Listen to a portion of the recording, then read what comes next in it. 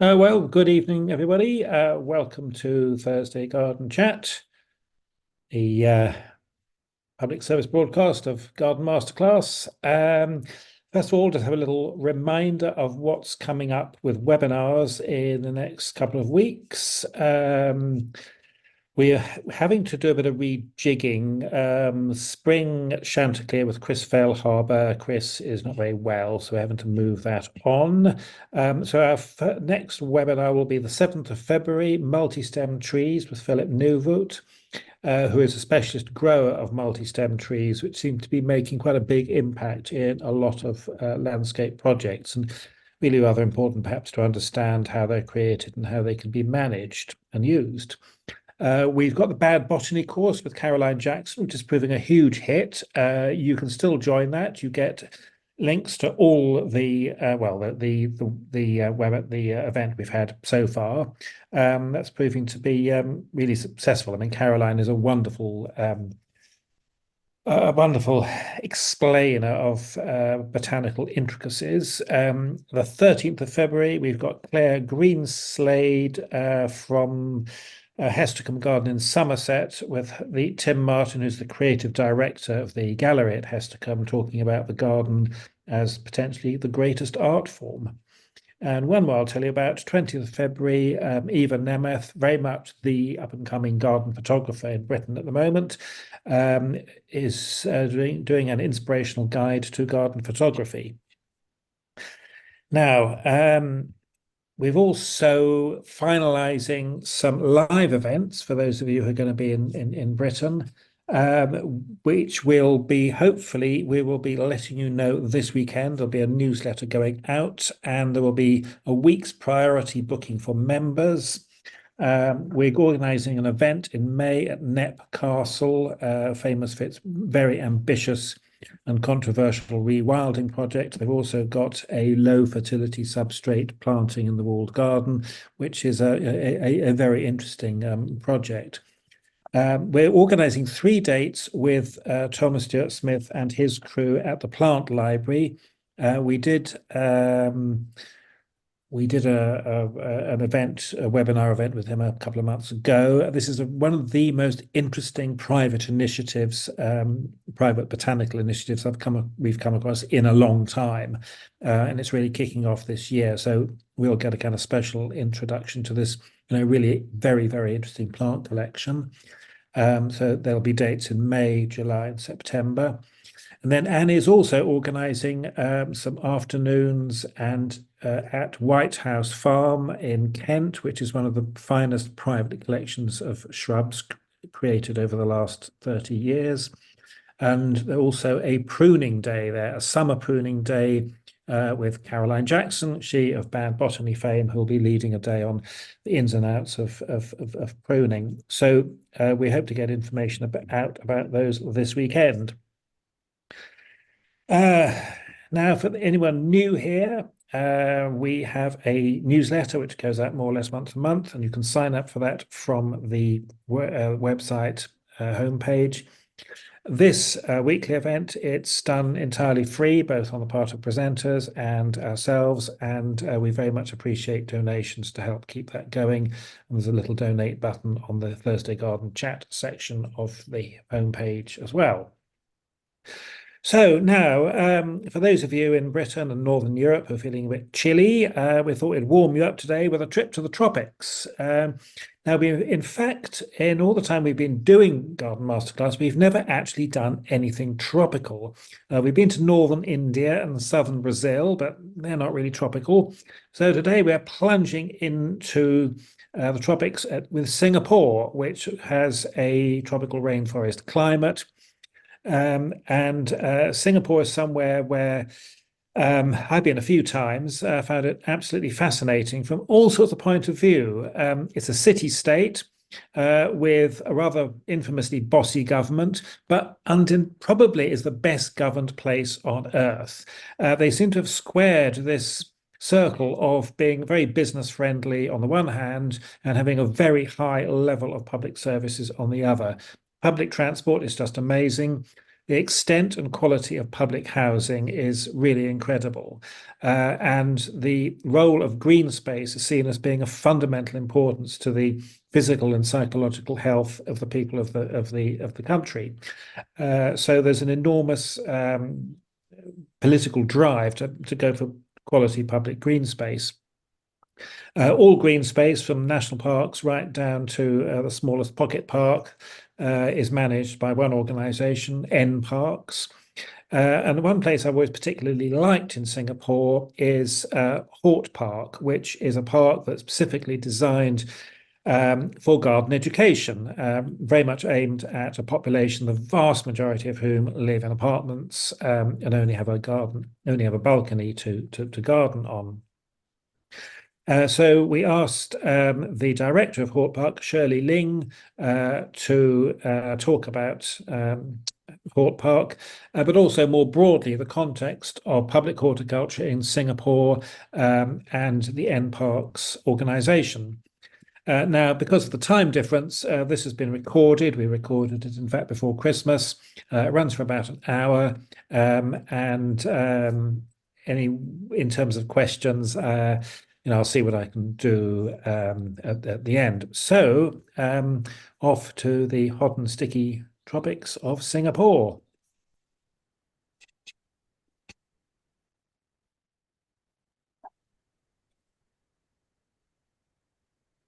Okay, cool. So Singapore, I guess, for audiences who are familiar or not familiar, I thought this would be quite a good starting point to set the context of where we are located.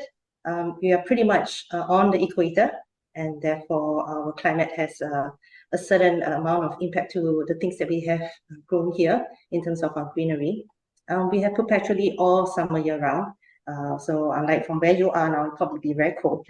We have just one season, which is just summer, and it's high rainfall that we get. It's like a rainforest setting, and they allow us to have quite a rich diversity of flora and fauna. At the same time, we are somewhat at the crossroad of the east and west. This gives us the advantage to actually get a lot of different variety of plants that we have here in Singapore today. But allow me to also explain a little bit on the context that we are having in terms of Singapore as a land. Our land is pretty small. We are a city-state. We are only over 700 square kilometers wide. And just to give a bit more context of how small we are, if I were to just put it in context with other states, say London or in Sydney, you can see the size of our country, pretty small. London is twice the size, and Sydney is like 17 times. And in this small city-state, we have a lot of users that we need to parcel out our land for key things like housing, to infrastructure, for defense as well. And right there is also the need for greenery and also gardens and spaces. So over the years, when we talk about the historical perspective of greening, as Noel mentioned earlier, when we gained independence in the early 60s, our first and foremost need to green up the city was pretty much just the basic fundamentals. This includes greening up the streetscape.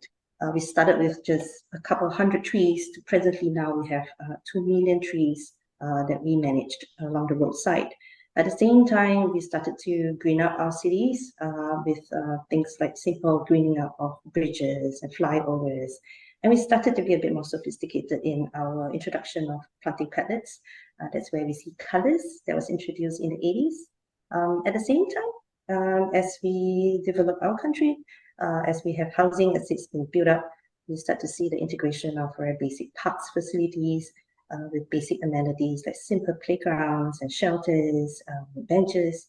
As you can see in the photos on the right, this was then how it looks like in the past. I guess starting in the year 2000 onwards, as we are more, established in our knowledge and expertise on the greenery, we have moved on beyond just the provision of infrastructure.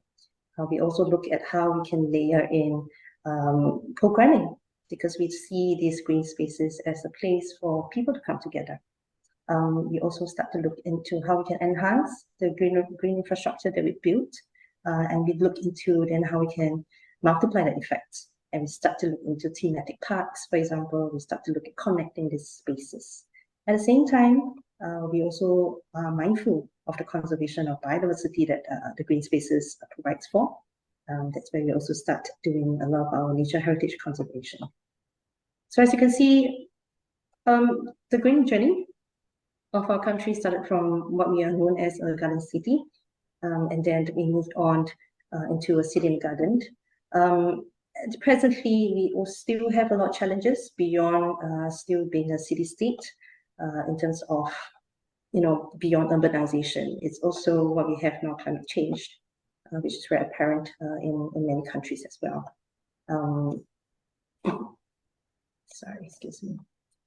And therefore, beyond the challenges that I mentioned earlier in terms of the needs for housing, recreation, public health, we need to also ensure how in future as we grow as a city, that our country can ensure a quality of life while coexisting with a lot of our flora and fauna. And this is where we are at now, looking into how we can still continue on our green journey towards being a city in nature. And some would say that over the transformation from a garden city to city in a garden to city in nature is just a play of words.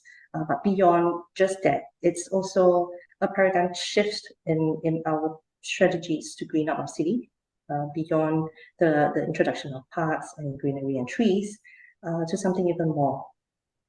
Currently now for our city in nature vision, we have a plan to do quite a few things, including creating and provide Singaporeans with a better quality of life, and to build a Singapore where the next generation can enjoy a better life than the one before. It's a whole of government approach that we work with a lot of agencies to look into growing our green spaces, adding more parks within the same land area that I have introduced at the start, and also looking towards introducing more parks, over 300 hectares of such parks in Singapore. And that's going to chart our next 50 years of greening journey for us here.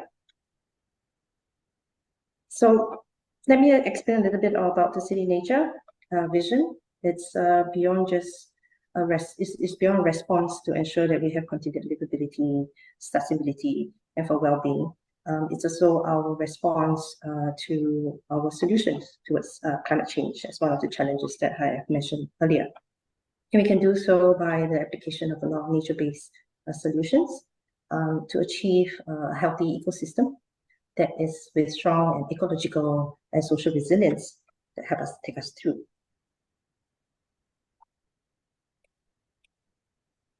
And I think the sort of benefits that a healthy natural ecosystem brings, it's pretty obvious. It provides us with cleaner air, fresher water, cool temperature, as well as giving the benefits of health and well-being for everyone who lives in the city.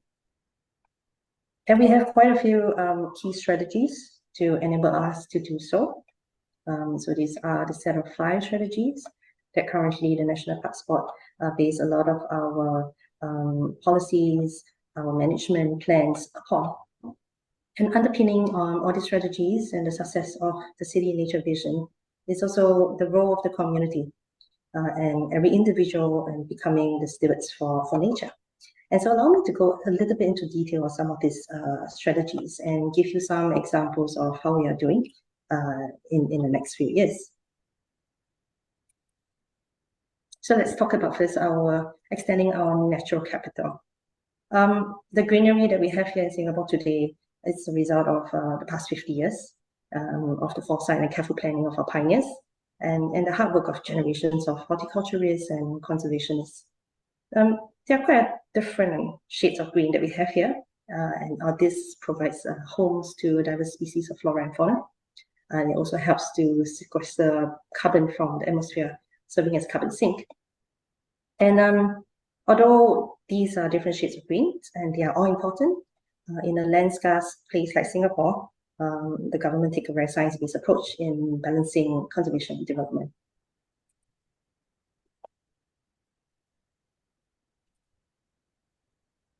So we have more than 350 hectares of nature park, which acts as complementary habitats and buffer to our nature reserves. And this, in a way, protects them from the impact of urbanization. It's very important that we sort of conserve these natural reserves, as these are a rich resource of our natural capital. And this contains a lot of our primary and secondary rainforests, and they are core habitats to our native biodiversity and wildlife.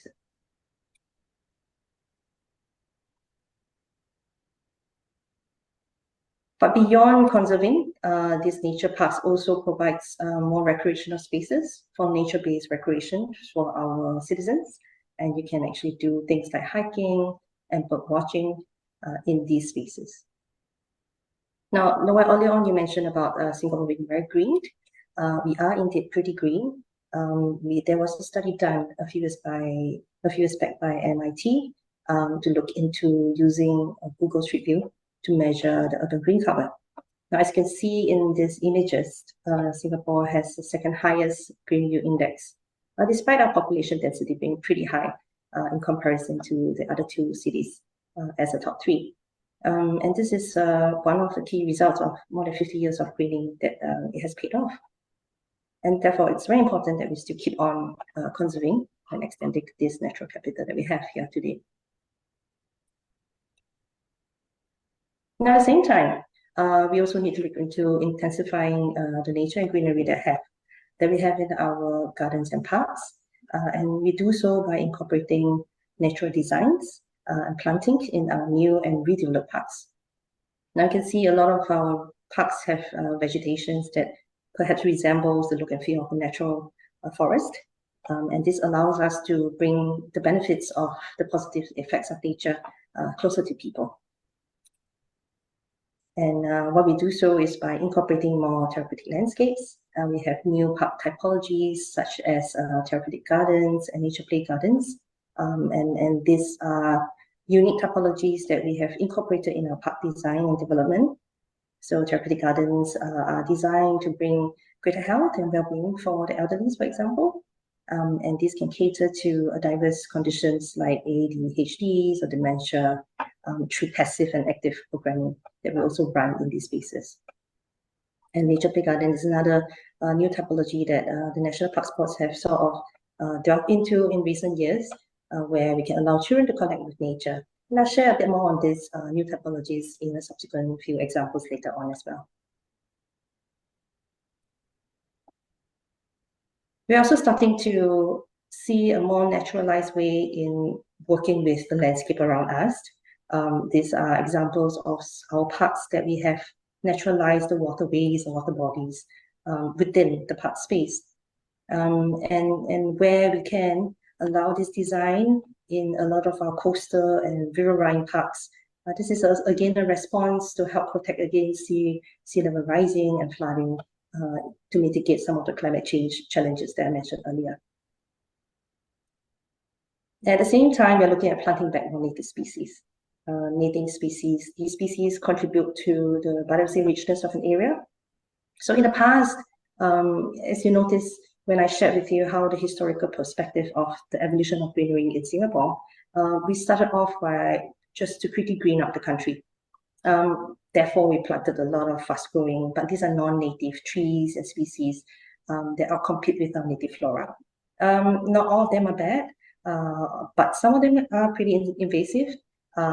So given our limited land, there are more careful planning now and measures that will take place to gradually replace some of these native species.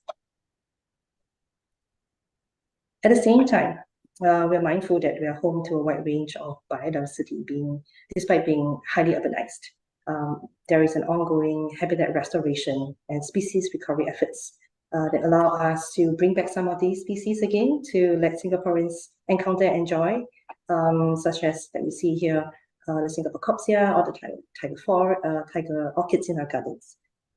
Birds and butterflies are now very common in our cities, and we plant to implement more of these species recovery plans to bring back, say, 70 native plants, animal species, and restore 30 hectares of forest and marine and coastal habitats.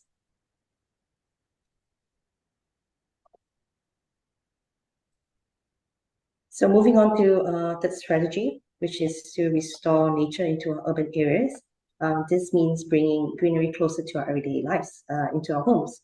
And we know that people can benefit from greenery right at the doorstep, along the roadsides and in their building, in their offices, for example.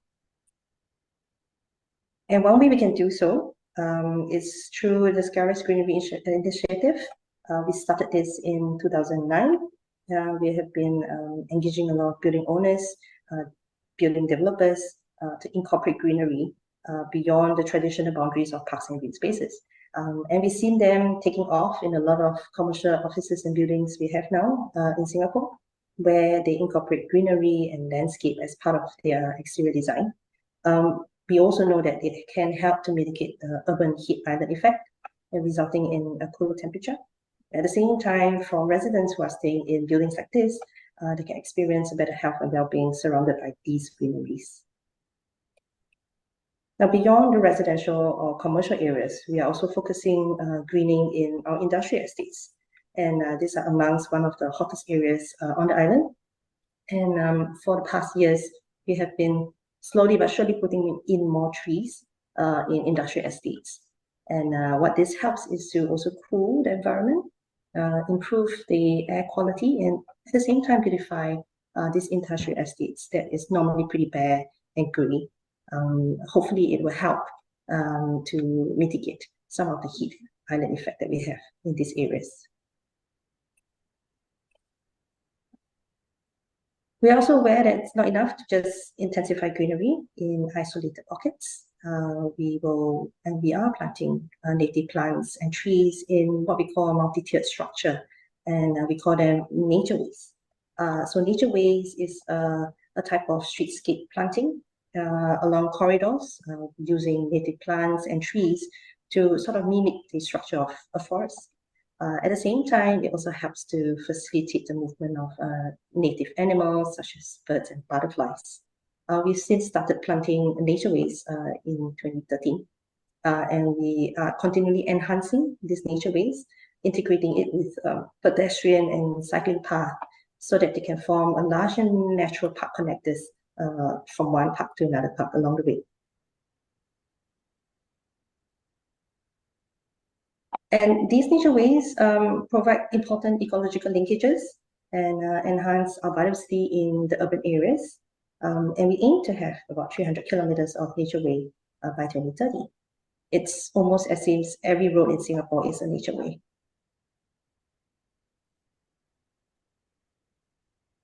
Now moving on to parks. Beyond nature ways, we're also expanding on our park connector network to 500 kilometers. This includes a round island route that has a coast-to-coast trail. This also means that communities can access to nature easily. In fact, our aim is to have all households to be within a 10-meter walk distance to a park by 2030. And not forgetting also the fauna, which is a lot of the animals that we have here in our city in the nature. They play a quite vital role as they enrich the biodiversity in our urban ecosystem. At the same time, we share a responsibility to safeguard public health. And when we look into a city in nature, there's this integral role in promoting human-wildlife coexistence, where our urban infrastructure is in close proximity with our green spaces. To do so, we have adopted a quite scientific approach in the management of a human-wildlife interaction through the 4 prongs that you see here on the slide. And this helps to guide a lot of our policy and our management plans for our city nature.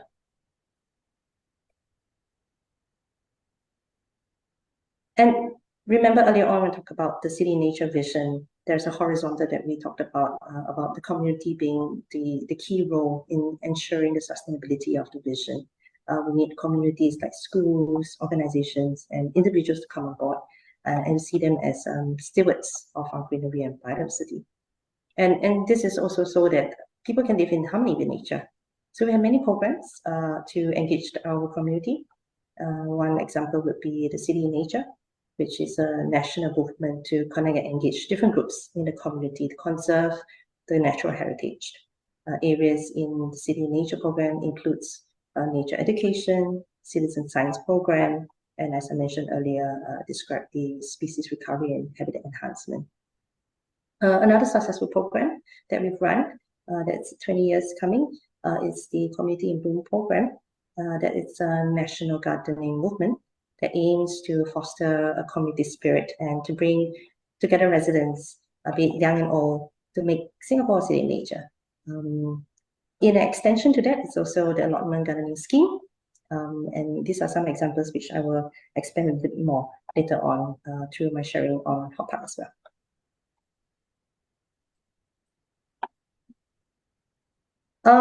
Trees play an important role in Singapore. As you can see, we started off planting just trees, and then they serve as the backbone to the city in nature vision and how far we have come here in terms of our green coverage.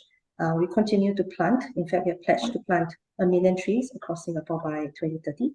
And there is a movement that we've launched, which is called the 1 Million Trees movement, where it's not just the number of benefits of having trees, color air, but also getting people to be involved in putting a stake in their future. And this is a very successful program.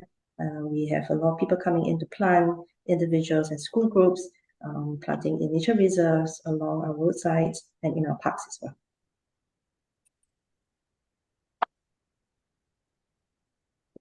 We are also mindful that we need to engage the youth to sustain a lot of our things that we have done.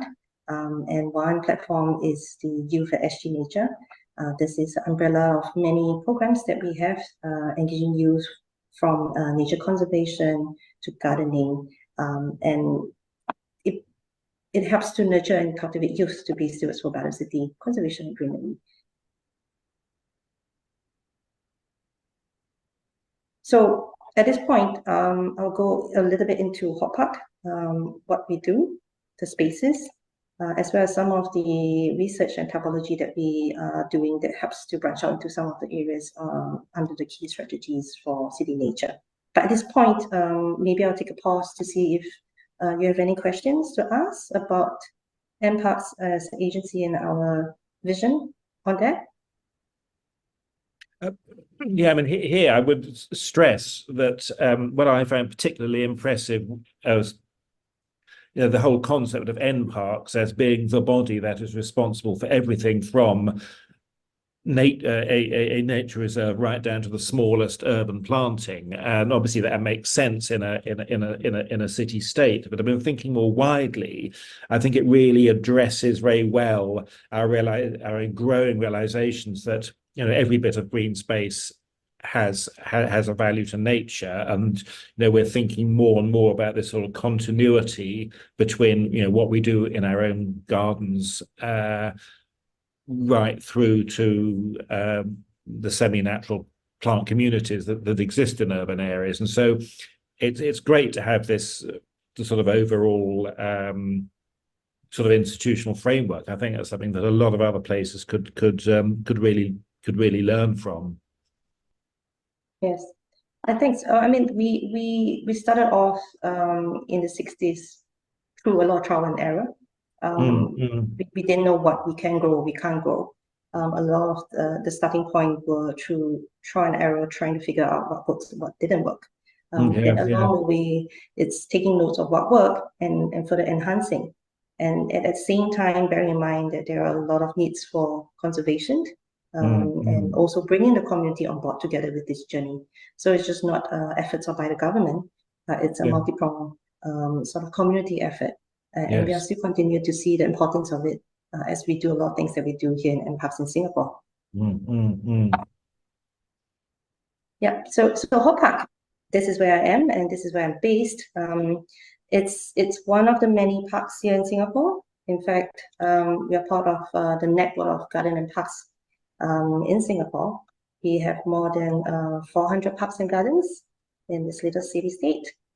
We have a planning norm target to have about 0.8 hectare of parkland for 1,000 population. Currently now, thankfully, we're exceeding that target, but it's an ever-changing target that we always have to ensure, because it got to do with a lot of urban planning, to do with development of other spaces, that this gives us sort of a check and balance to see the provision and needs is being met. At the same time, we see these over 400 parks and gardens as spaces for the community. Earlier on, you were asking about how do we engage different communities as spaces.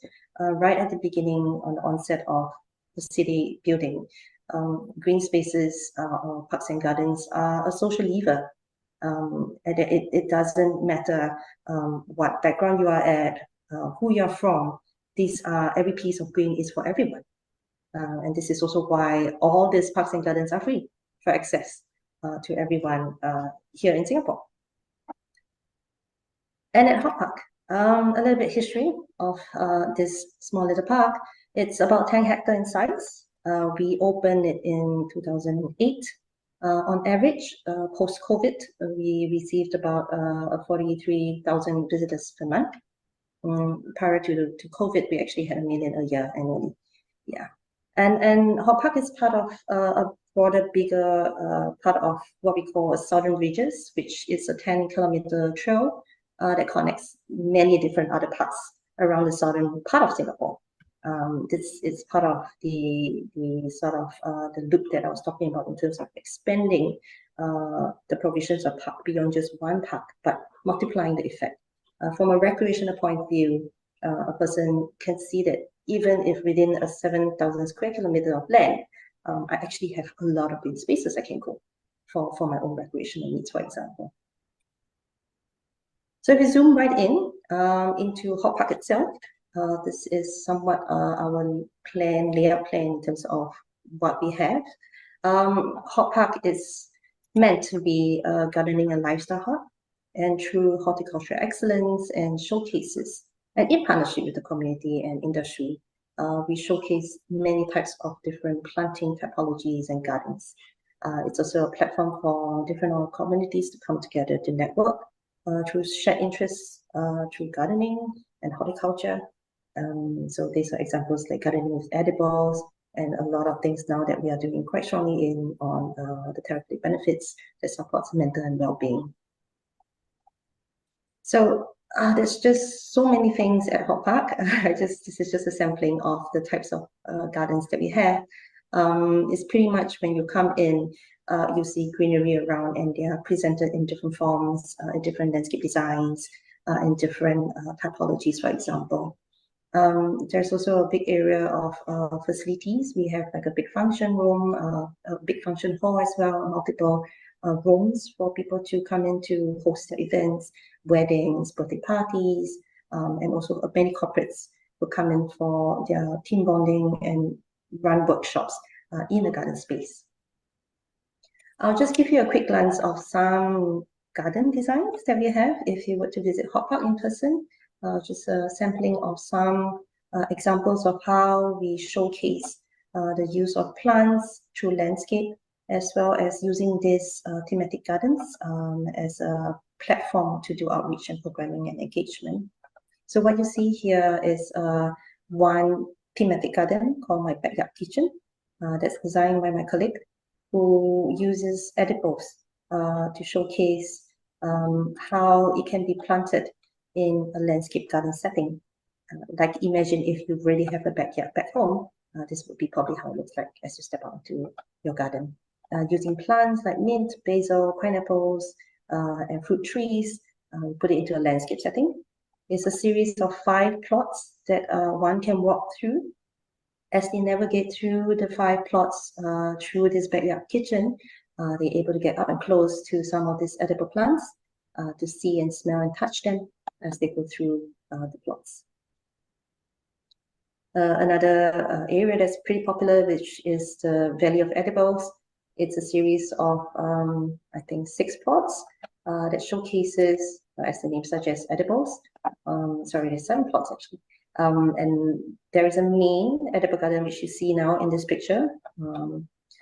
that is showcasing a lot of different types of plants that can be harvested for food, for drinks.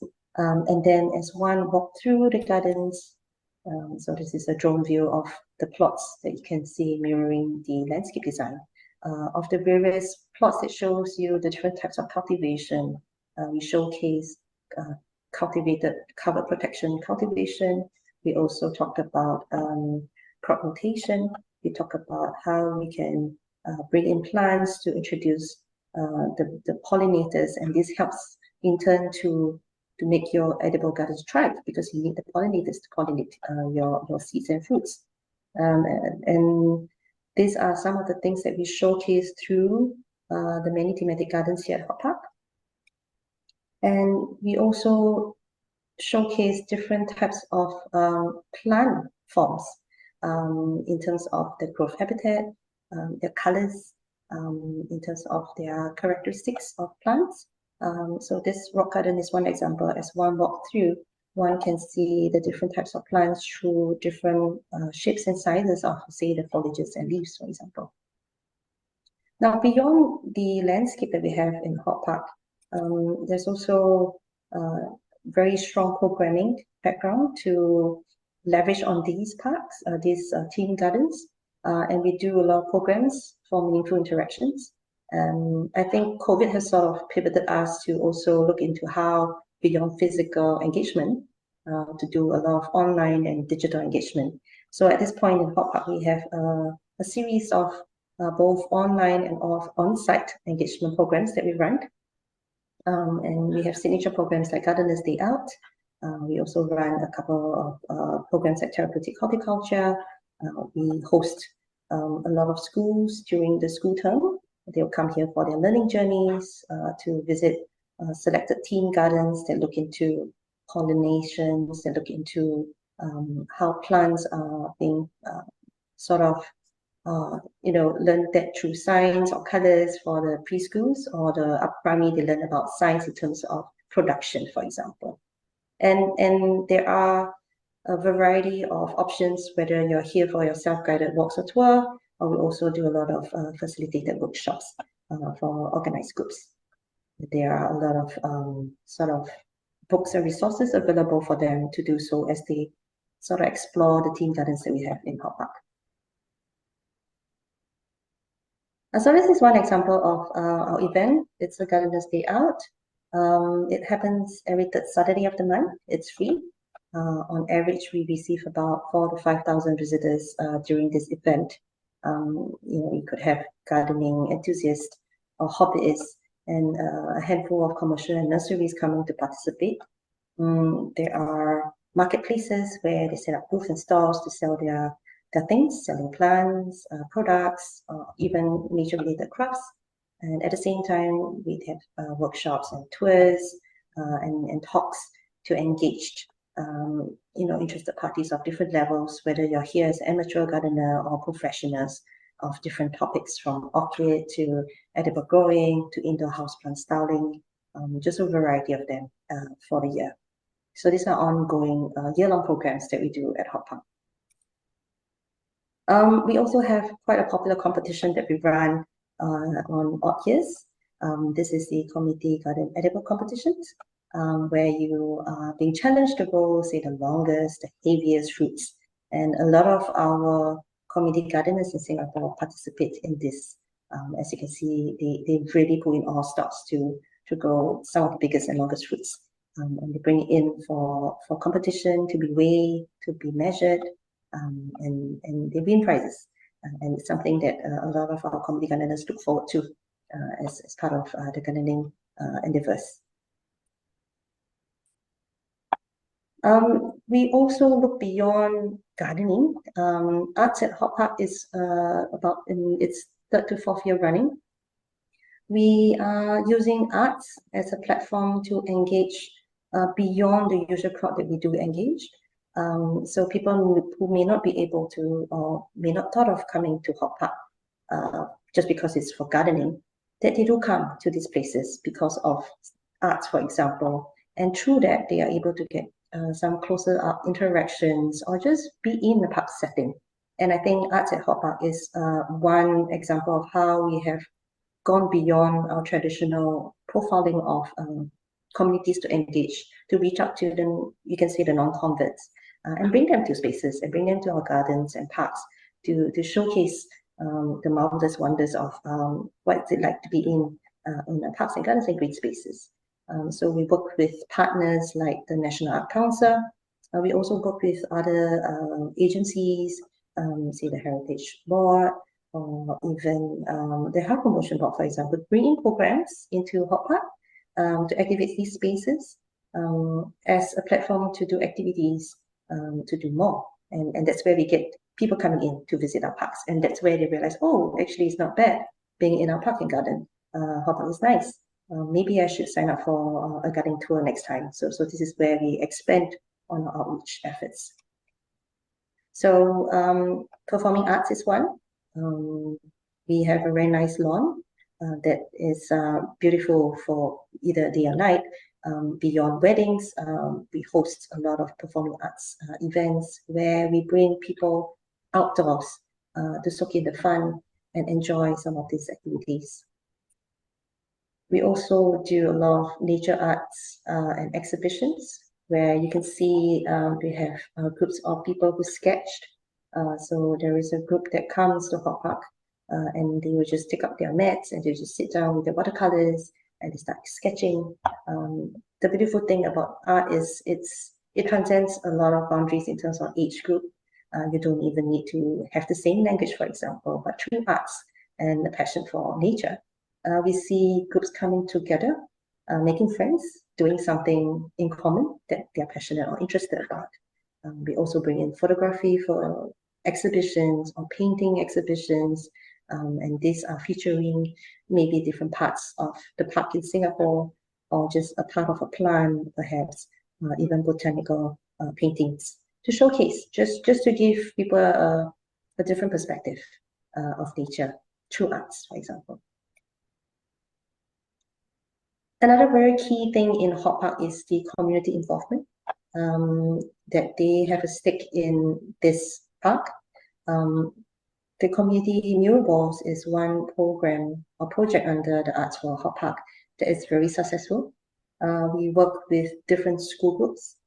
They could be typical school groups or even special needs school groups to activate spaces within Hort Park to liven up the space through paintings.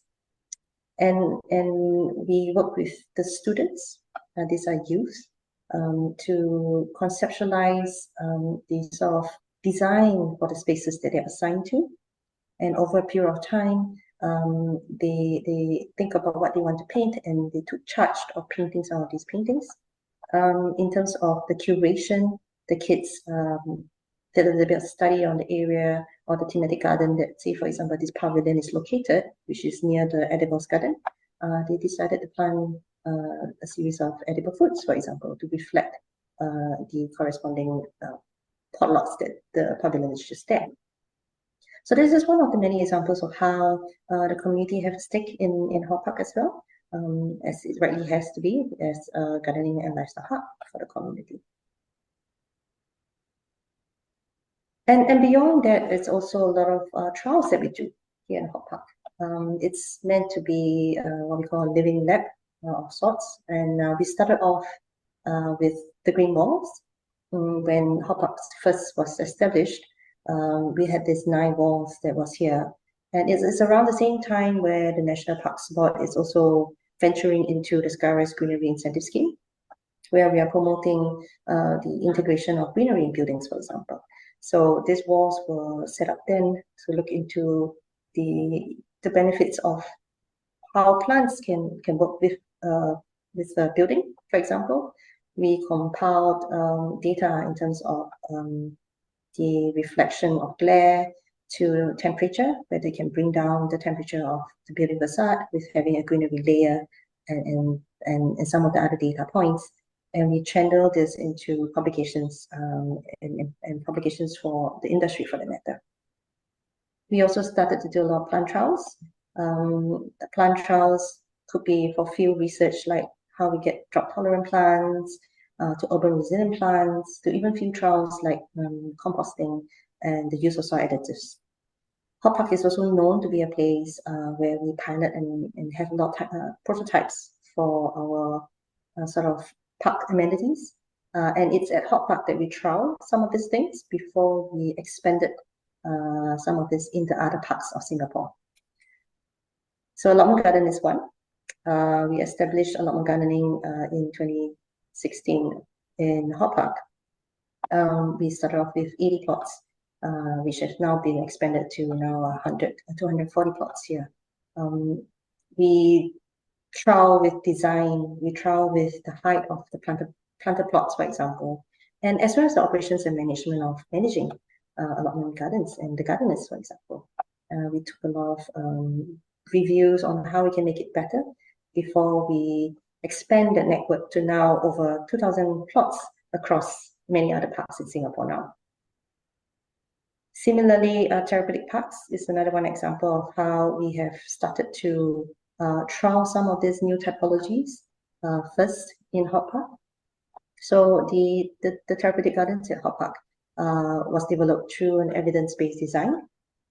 We partner with the National Health System, one of the authorities in Singapore that looks into healthcare, and we did a study over 6 months after the development of the garden. And we found out that there has a lot of positive impact in terms of the provision and design of certain spaces with the inclusion of plants that can help to bring or mitigate the mood of the patient. And through active programming, it can also help to bring forth certain facilitative rehab kind of benefits for some of the visitors here at Hort Park. So since the first pilot at Hort Park, we have gone on to develop 13 more therapeutic gardens island-wide. We plan to develop up to 30 by 2030 and to expand the therapeutic gardens beyond our parkland to even the healthcare sectors as well. Beyond the infrastructure of the therapeutic gardens is also the programming that we did research on. So the garden is what we call a passive space, but we are activating this space to reap the benefits of the health and wellness by active programming. So the therapeutic horticulture program is one example of how we actively put in programming in spaces like this to then through interactions with the plants, doing simple things like plant propagation by sense and touch, or even simple things like making a sand bag by cutting some of the lemongrasses or pinching some of the plants from the pots can help to evoke certain senses. We built up quite a structured program where seniors especially, they will come in over a period of time to run this program, and they are very happy. They come here, they enjoy being in an outdoor setting. They enjoy being able to do some of these activities, which in turn help to improve on their motor skills, for example. Some of the seniors, they live alone. So when the societies bring them out, they get to also interact while doing things together in a garden setting. So there were a lot of positive feedback that we have garnered from this pilot. And that's where we also start to launch the program into the other therapeutic gardens elsewhere in the parks and gardens in Singapore. So we train guides to help us. So this is where the community involvement comes in. These are volunteers. They trained. They help us to host the groups that comes into the gardens and giving them a quick tour of the garden, running the therapeutic horticulture program with them, and allowing the seniors or visitors to able to interact with spaces like this. So we have also worked with specialized groups, for example, with certain centers that have deal with dementia, or even just elderlies who come in for weekly programs to enhance some of their communication skills, maybe motor skills that I mentioned, or just social interaction. And where we can, we try to blend in with school groups, for example, and we have an intergenerational program that takes place. So a lot of research has been done in this sphere in terms of human connection with nature. And I wouldn't dwell more in some of these theories that probably be there available out in a lot of literature. But it reinforces back on a lot of things that we do, say for the therapeutic gardens and the therapeutic horticulture program that we run in Hort Park. There's more on it that helps to strengthen the sort of benefits of nature to well-being, from social to mental resilience part of it. So I mentioned that Hort Park was for the first typology. We have since then reviewed and iterated a lot of different designs for different profile people, and also depending on the site context of the other parks that we work with. So this is just some examples of how the other therapeutic gardens in other parts of Singapore is like, where you have some that's nested within the forest. You have some that is designed with, exercise facilities within the therapeutic gardens. There's also others where we start to be more sophisticated in our design to also put in things that may help for rehab. So this one on your bottom right, which is one of the latest therapeutic gardens that was launched last month, it's to also help patients who are undergoing rehab to start walking again. So we have some low steps that's meandering through the therapeutic gardens to help them to sort of walk up the steps and then come down again in this very nice therapeutic setting.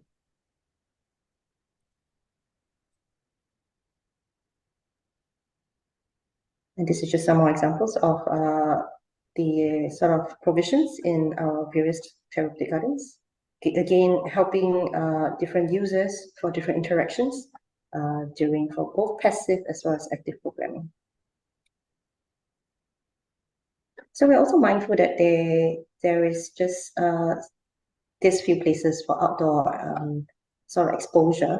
The beauty of therapeutic horticulture is also things that you can do indoors with plants.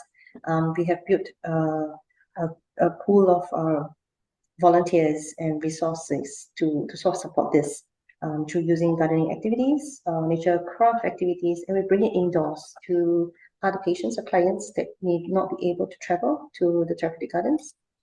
So these are what we call therapeutic nodes, where we bring greenery into their living spaces, and we allow them to still have the interaction with plants and nature through doing some of these activities as well in, say, the senior homes, in the nursing homes. Another last example on the prototyping in Hort Park would be nature play gardens. So we have the first nature play gardens at Hort Park that we design using biophilic design principles. So example of these principles are, tapping on sensory elements, allowing kids to have sort of direct connection with nature, and to provide or facilitate unstructured play, and to let kids just be kids out in nature. Hort Park hosted a workshop in 2018. Back then, we gathered parents and staff from preschools to sort of brainstorm ideas on what they think play should be in an outdoor setting. What are the considerations? What are the sort of needs or wants that they want when they want to bring their kids out to play? We gather all these requirements and design through understanding both users from a children to an adult over a series of focus groups, interviews and survey, and we came up with sort of typology and design that sort of created the first nature play garden in Hort Park. And we then tested with visiting groups of kids that comes to Hort Park and see how they use the space and how they play. And there were various positive observations whereby educators were very happy that the nature play garden offer a very large palette of natural resources. They sort of facilitated the kids for physical exploration to sort of immersion in nature, which is different from if they were to bring them to, say, a playground that is made of composite play sets, for example, where they are dictated pretty much by what's there to be played. In nature play garden setting, the kids find things to play. They create their own things, they find and source for things, and they imagine how they could be and what they could be in these spaces. So we have gone from Hort Park to now many other typologies in around Singapore. So on the top right, you see it's where we try to put in nature play garden in a sort of sorry, on the top left, in the urban setting. This is in Jubilee Park in city area. At the bottom left on the slide, it's where we work with the hilly terrains of this park by putting slides through the terrain, and it houses one of the many slides through this park, where when the kids slides through, they slide through a sort of meadow and things like that. In the middle, it's a playground that we mirror how a kid would be like if you're an animal flying through the forest, for example. So you see that the sort of evolution of play typologies that we have gone out in terms of providing some of these spaces for children. Not all nature play garden has to be overly designed. These are the examples of some what the other more naturalistic type of displays of nature play gardens. On your left is in Pasir Ris Park, whereby it's inspired by what we call kampong heritage, which is the older days of living. And it has a lot of play provisions that help to interpret daily activities, like in a fishing village, for example. And it allows kids to explore as if one to be in a village life. On the top right are just simple wooden blocks that's just placed around for kids to engage in self-directed spontaneous play using natural materials and to mimic how is it like to play at the coastal area. So you see a lot of beach sand pit, and there's locks for them to sort of jump around, look around, explore, and it allows for children of different abilities to also play. And on the bottom left, for example, so oops, sorry, on bottom left, it's one of our sorry, bottom right, which is one of the smallest nature play gardens. It's just made out of a few logs and stepping stones, and it challenged, say, the motor skills of toddlers, for example, to be able to climb, to be able to just walk along these spaces. And this is nature play. So I've just shared some examples of how Hort Park has been trialing different things. And through trials and the research, we have moved into publications to help, say, the industry going, integrating greenery for the buildings, for example, and many different typologies that parks have started to venture into, and then sort of now grow that network in our other parks and gardens in Singapore. So it's I mean, Hort Park is a space where it's not just for recreation. As you can see from my slides that I shared, it's pretty much a mixed bag of everything in terms of showcasing the type of garden spaces, to how programming is run, to interaction, to even different typologies that can be done in other parks that we can also do. It's a space where people come in for different things. So in a way, we have a lot of different audience groups. We cater to all. And we do a lot of placemaking as well. We do a lot of seasonal displays. People do come to take photos. They post it on their socials. And so it's always a challenge with my colleagues who always have to change a lot of plant displays, in tandem with seasons, or they could be things that we want to do as a platform to outreach to showcase different things. We do that in. And yeah, they're just happy. They like to come to Hort Park. They have their own little corner that they liked. Some come here for picnicking, some come here just for their fun, some come here for their own events. And so we continue to grow this in Hort Park. And we just yeah, this is the last slide. It's just me and my colleagues. There is just 13 of us that manage the whole 10 hectare of parkland, doing a lot of things that I shared with you in the past 20 minutes or so. Yeah, so that's Hort Park. I hope that gives you a quick flavor of what we do here.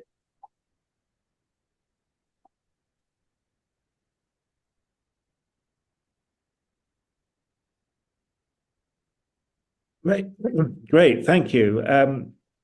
That was a wonderfully comprehensive view over an incredibly impressive program. I think there's a huge amount there that the rest of us should be learning from. And it's particularly interesting to see all the stress on therapeutic horticulture, which has been such a growth area in a lot of places. And in fact, we were able to help sponsor a conference on that a few months ago. I know that'll be of great interest to a lot of people. I was interested in the allotments, which was not something I was aware of, because the vast majority of people in Singapore live in apartments, and presumably the only spaces they have to garden are either in the apartment or on their balconies. So if one got an allotment, how big would it be? The plots that we have in our allotment gardens Mm. are to about a 2 meter by 1 meter Yeah. sized. Yes. So it's not substantially big, but No. it's good No. enough Yes. Yeah. for one to garden. And I think the demand for allotment gardens in Singapore is pretty much intense and high. Mm. We are Yes. still trying to find places to build more allotment gardens. Beyond the parkland that we have, we're working with our housing colleagues in other areas to see if we can Yes. also bring in the provision for such. As you say, a lot of us in Singapore live in apartments. Some of us are Mm. lucky, we may have a balcony, but Yeah. even so, the amount of sunlight that you can get to grow a lot of plants that one liked, especially edibles, it's very limited. Yes. So Yeah. urban gardens provide individuals and homeowner a space outside to grow Mm. more things Mm. that they can get their harvest maybe. And this is pretty evident, especially during the COVID period Yes. Yes. where you are sort of cooped up at home, Mm. and you just need to get out sometimes Yeah. somewhere, right? Yeah. Yeah. A lot more gardening, and this is actually a sort of expansion to our community in bloom program actually, Yes. where it is a community gardening setup. Mm. Some of them could be in allotment plot designs Yeah. or in a co-share space. Similarly, these are important spaces in our city living that people love and they need.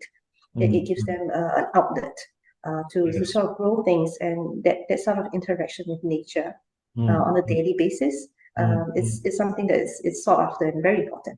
Yeah. Yeah. And that's Yeah. yeah. We started off not knowing if that would sort of take off when we did it in Yes. Hort Park, Mm. but when we launched that, we had more demand than the supply, and that's Really. where we Yeah. started Yeah. to realize to say, oh, where can we start plotting more Yeah. allotment gardens Yeah. closer to residents Yes. and closer to where they are staying, Mm. and that's how we sort of evolved from there with our Yeah. scheme. Yeah. Yeah. And you obviously have a very high level of public engagement, but I was wondering, do you use volunteers at all in the management of either Hort Park or any other public spaces, or is all management done by professionals? Oh no, we do our volunteers. We Mm. need them, and they bring in wealth of knowledge and experience Yes. themselves. Yes. Yes. Um, One example that I could think of is really in terms of conservation. So Mm. you remember I mentioned about in starting from 2000, we Yeah. looked into biodiversity conservation. Yes. In fact, even before that, we had a pool of volunteers that started off in the northern part of Singapore, where it's a wetland reserve, Mm. and we have a lot of birds that we needed to conserve and start to track. That can be done with that small team that's based there, Yeah. Yeah. and it grew from there. The Mm. volunteers that look into conservation to then Yes. now community gardening, for example. So a lot of my community gardeners are volunteers. Yeah. How so? Because when they garden, they interact. They Mm. sort of share that knowledge with others, Yes. and then others are keen to Mm. come on board. Mm. We have a lot of volunteers coming in, like my guides, for example. Mm. Not only Hort Park, many of our parks that we run programs, we depend on volunteer guides. Mm. We share with them the knowledge. They in turn share what they know with the Yeah. other people that they host. Yes. Yes. So no, we cannot do it alone. And this is one of the key horizontals in our City Nature vision, Yeah. where the community plays an important role. Mm. And most of them are through volunteering in some ways, their time, Yes. their effort with us. Yeah. So we have, say, the Friends of the Park scheme, where they are people who are passionate about certain park that they Yeah. are at, whether Mm. they are the user or they stay nearby. They want to have a say in how this park is being developed, Right. how this Yes. park is being managed. So they Mm. form Mm. a committee Right. where the bounce of ideas, and together with, say, MParks, we would just meet on a regular basis to say, okay, how is it doing? How can we make it better? Yeah. What kind of programs can we bring in? So yeah, we need the community on board, and through volunteerism. It's Yes. fun group. Yeah. Great. Just one final question is one of the things I enjoyed about Singapore was it being in a very multicultural society, and most people of Chinese heritage, but there's a lot of people, Tamils from India and Malay, and how successfully are you able to get through to all these different ethnic groups? I mean, do you feel there's equal levels of engagement, or do you feel you have to make sort of special efforts to involve certain communities? It's no effort at all. I No? think plants is one of the universal language, I feel. Yes. And it's very interesting that, say, for example, even when we are doing things with edibles, a chili plant would mean something to, say, someone of a Chinese heritage, to someone of a Malay or Indian heritage. But the commonality is that thing, the plant of the chili Yes. plant. Yeah. And we don't plan engagement or program based on that kind of profiling. It's more of the age group that we profile, because then the content has to be sort of curated accordingly.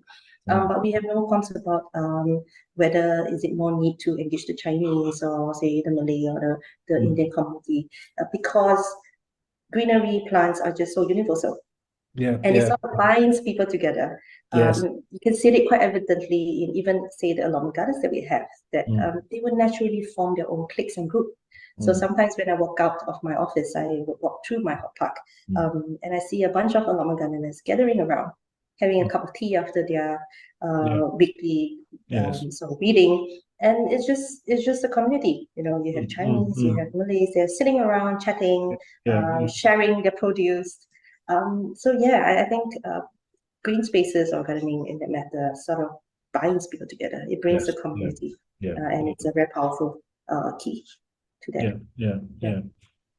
Great. Well, thank you so much for your time. That was a really fascinating insight into a very, very impressive range of institutions and activities. And I'll very much enjoy sharing that with our global audience. So thank you very much, Shirley. Thank you for having me. Right.